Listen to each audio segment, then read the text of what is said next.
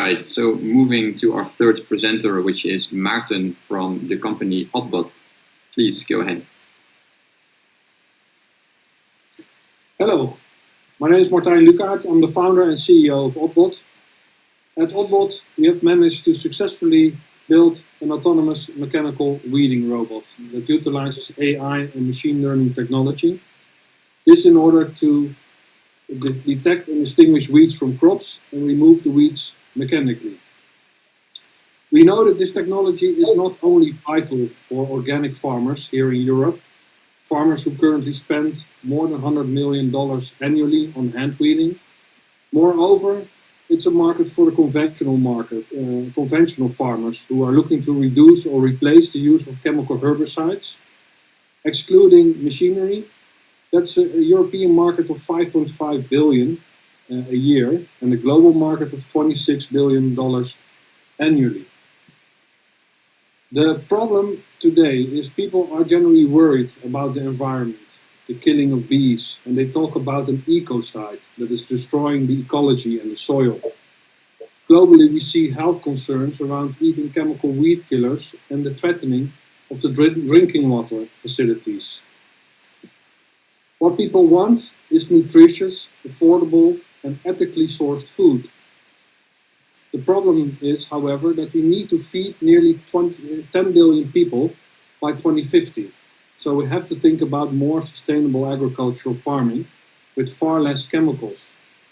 The European Union intends to introduce new legislation to double the amount of organic farmland and reduce the amount of chemicals that are being used right now, already by half within the next 10 years.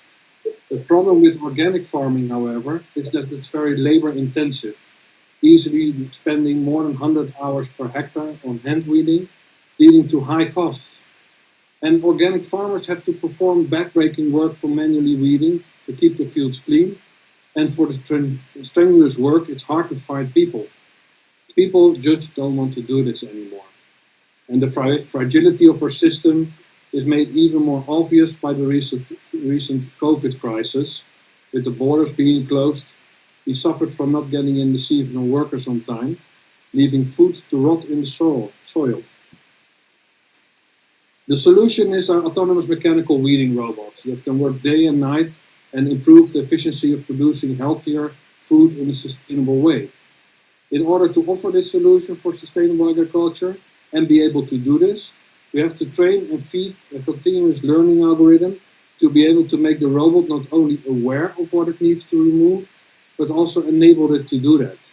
And we have done so successfully in the co-creation process with not only the largest organic farmer association in the Netherlands, but also working with the Technological University of Delft and Wageningen University and Research.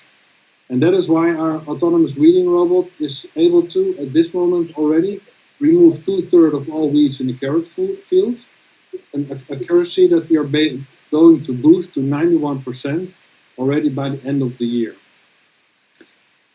The business model is to first aim at the organic carrot market here, our beachhead market in the heart of the Netherlands, offering weeding as a service, and our Dutch experience we bring to the international market with our partners, with, like, for example, the main sponsor of this event. Remember when Amazon just sold books? Well, picture this. 10 years from now, you look at Odd.Bot and you see what we started off as a weeding company, and now we do complete autonomous plant care, creating affordable and healthy nutrition food with robots and AI. And we do this with a great team of mechanical engineers, AI experts, and with a lot of help. To date, we've raised already 750,000 euros, and we are confident that we can increase this with public funding, maintaining still 100% of the shares. Thank you. Fantastic. Thank you very much. Very clear. So this is obviously a solution that is needed, right? And it's great that you're already making such progress. Obviously, you're also not the only one targeting these opportunities. And so can you comment maybe a little bit, how do you differentiate from some of the similar companies, Eco Robotics and others that we've seen recently? And then how do you compare sort of towards really a robust, repeatable solution? Because in the end, I suppose it falls or stands by offering a robust, reliable solution to your customers.